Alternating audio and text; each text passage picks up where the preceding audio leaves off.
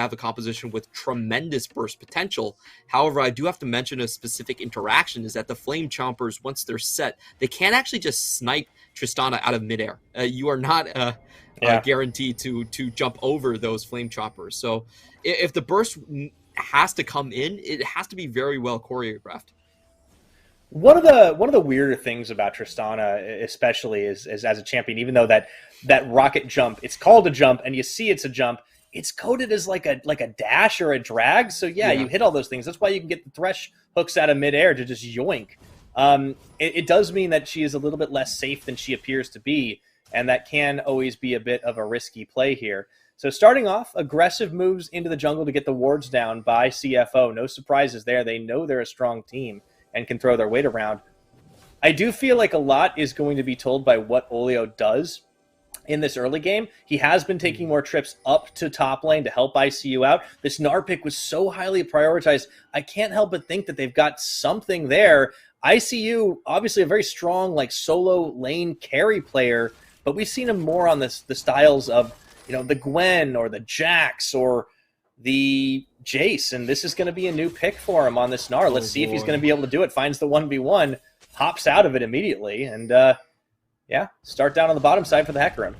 Taking the hop level 1's got to be pretty painful for ICU, but he doesn't take too much HP off of that, to be sure. Just a great level 1 setup from CFO. They use a slip and slash by Rest to go over the wall, put wards down, not put wards, but basically check out the red. They know where this Hecarim is starting, so they should have a very good timer on when they can go aggressive in this top lane matchup. I would say one of the strengths of the Gnar versus whatever melee carry matchup is that, hey, if they want to go aggressive on you, they do have to expend their gap closers, and that does make them relatively vulnerable. So we should see Rest take very measured approaches to when he's going to be able to trade. And as we were seeing, Gemini kind of expectedly is going to match Hecarim Alial the entire way, as Alial's almost dead. What? Huh? Yeah, he didn't take any camps. I don't know what's going on. I've been focusing on the farm game down bot because Atlan and Koala have just shut Bang 2 out. They've frozen the lane at level 1, and now they have a 2 advantage.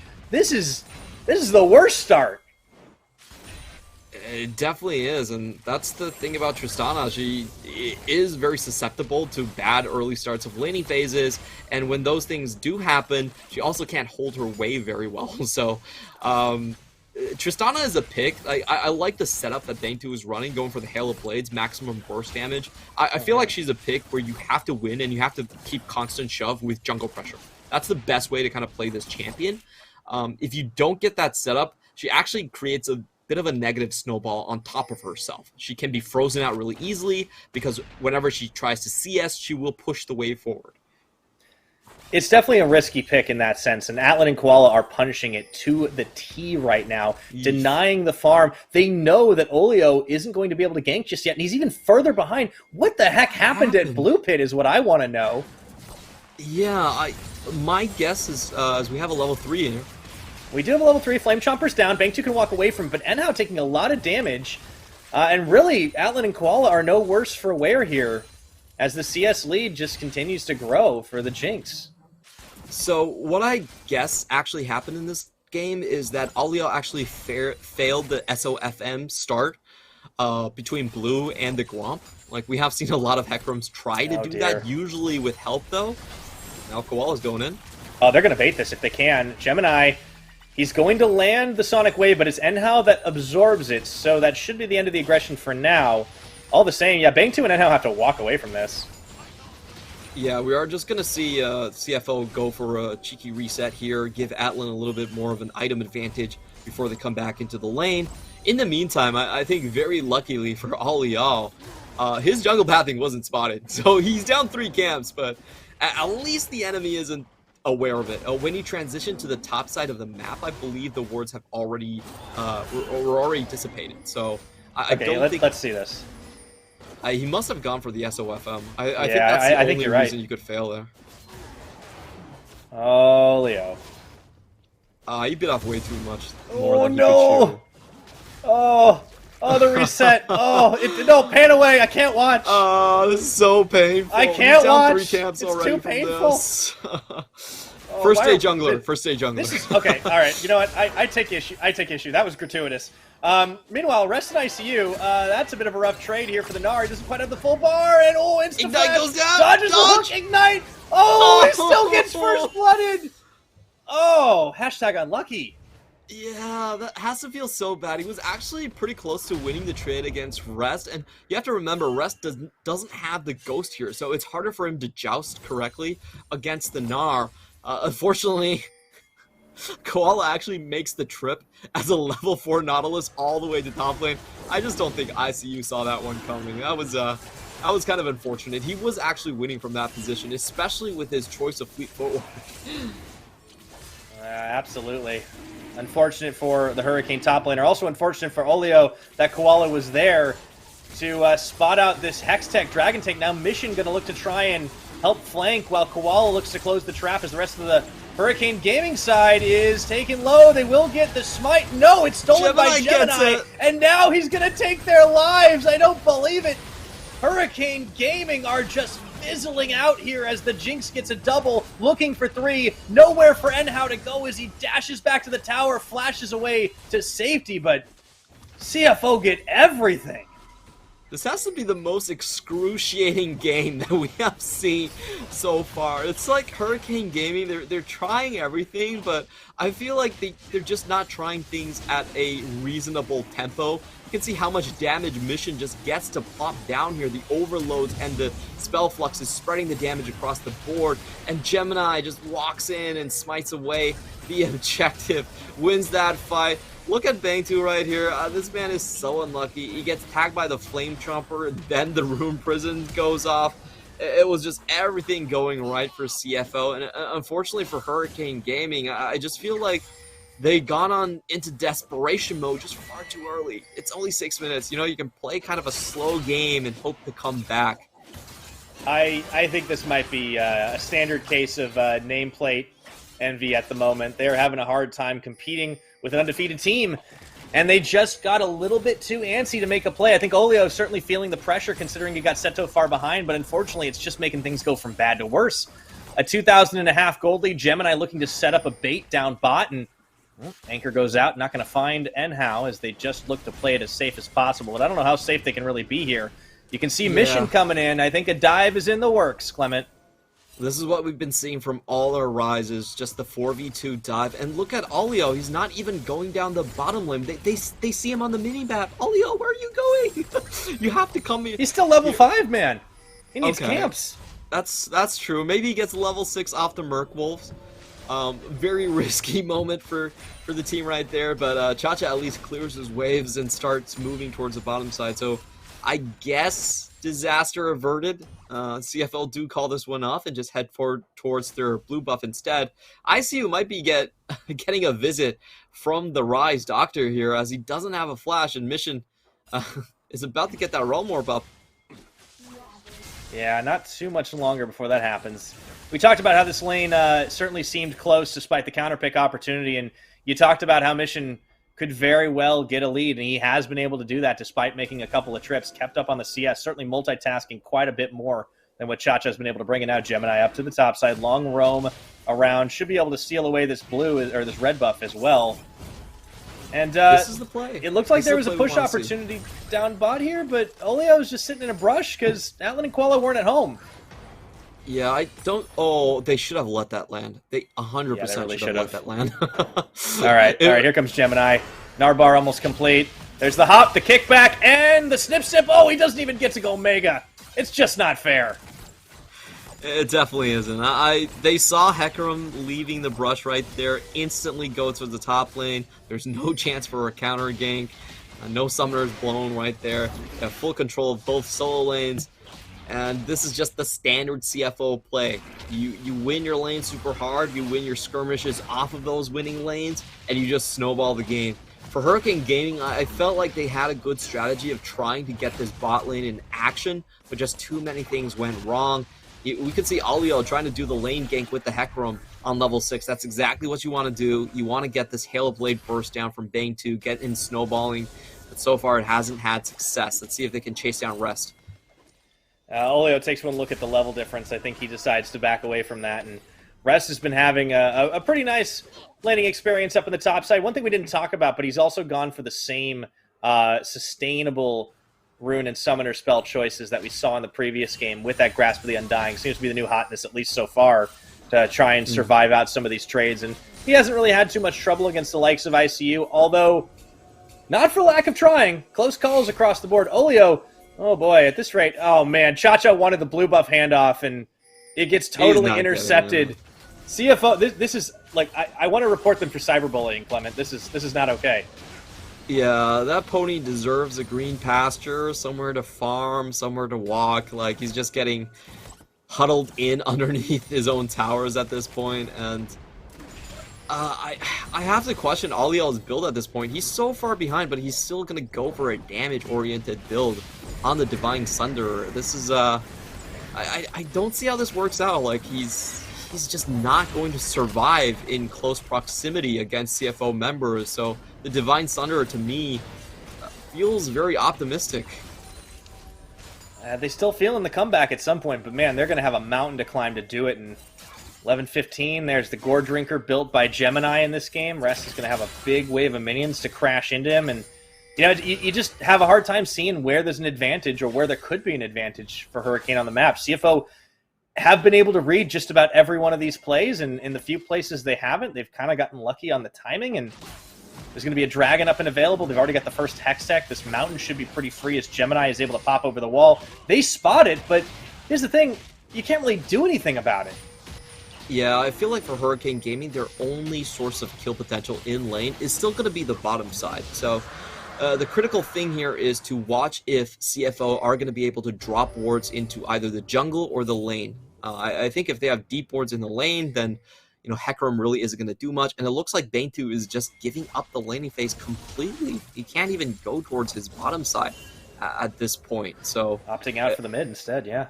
Yeah, they could try to go for a Herald as well, but that Herald still has a very long timer on it, and I guess the only play is try to catch Koala. Yeah, I mean, they did it, and he flashed, but they're still going to get him here. Let's see if they have enough damage to finish the job. As everything gets expended, can he walk away? There's no way. That would be ultimate insult to injury. The answer's Okay. no, but they trade for tower, Clement. Yeah, that was a desperation play for sure. However, they're not going to be able to continue that play with the Gwen. Actually, they could. Oh, it's interesting. Oh, they can't push in the wave. That's going to be the problem for them. As Russ is even bold enough to go aggressive on ICU despite not knowing where Aliel is on the map. Kind of an interesting move and a very Rest-esque play here. Yeah. Sometimes Rest just goes for the risks and it works out more often than not. You do see Olio there. The back is going to come in here, and Hurricane, it seems like they are just running themselves in circles, looking for an opportunity where oftentimes not a whole lot exists. Yeah, they got a kill. Sure, you're not getting shut out of the game anymore. It's not going to be a perfect game for CFO, but that's a small consolation because of how wide this gold gap has been and just continues to be. The push is still through. I mean, all the turret plates got taken down bottom as well as the tower. There may even be enough timing here for Mission to get another one. I don't think he's going to commit to it because he sees Olio and Enhao on the horizon. Yeah, he has enough time to grab it at the last second. There we go. Even more. If I know Mission, he's definitely staying for it. Mission is the type of guy that will stay for a cannon minion even if he sees a gank coming. So he's really good at laning. I'll just put him that. He never lets that CS go to waste. Well-earned confidence, though. And meanwhile, Rest is not going to let that one go either as he takes that last plate. No, he doesn't actually get it in time, but it doesn't matter because they can take down ICU with the needlework and some snips. Yeah, that has to be so frustrating for ICU. He dodged out on the auto attack, but couldn't dodge away from the ultimate there. As Koala plays that with extreme patience, just walking up and waiting for him to flash and then use his ultimate. That's the problem with this Gnar pick. I feel like as a Gnar pick, if your laning phase goes poorly, you don't even have impact in the team fights. Like, you just prioritize this so heavily, too. That's why it's such a confusing choice. ICU has been so good when he's been given these power picks, but the Gnar, yeah, you're right about it being situational. And, I feel like we're broken records here because I remember the same thing being said last season. Yeah, I feel like the reason they went with the Gnar is because it is relatively a low maintenance pick.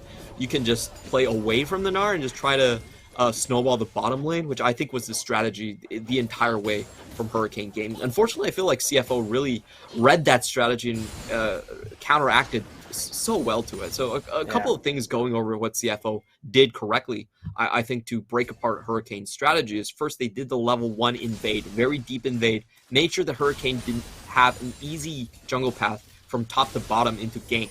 That would be very deadly, especially for Atlan's position. As you can see, he's even running a cleanse here. Unfortunately, that disruption meant Hurricane Gaming had to go for these SOFM start. That failed, and I feel like that was desperation from that point on. Yeah, I think we've harped a lot on how Hurricane have just not been able to execute it, but like you raise an interesting point. Like it looks worse even than it is because of how well CFO are playing, because of how well they're reading the map. There's a reason this team's undefeated, right? They're just so good. What is up with our junglers today? Gemini missing the Q on the Herald. That happens to the best of us. Everybody gets one. It's okay. It's forgivable. Shelly's hitbox is actually a bit smaller than I would imagine. The Carapace apparently doesn't count. You have to hit the body. So just for you junglers out there, should be an easy drop into the mid lane. And I do feel like this is one of Hurricane Gaming's best chances to kind of come back. They do have a wombo combo composition where you have Shockwave plus Onslaught of Shadows. And if Bang2 can just drop his ultimate as well, that's a lot of instant damage. It absolutely is. Now Rest looking for even more on ICU, and he's going to need a hospital soon. Oh boy. Tower and the kill. Shelly gets the charge. Atlan, look at how confident this man's playing on the front lines. Get excited, Jinx. Got Koala at his back and forces the defensive onslaught of shadows. Oh boy. Is that really necessary? I felt Olio thought it was.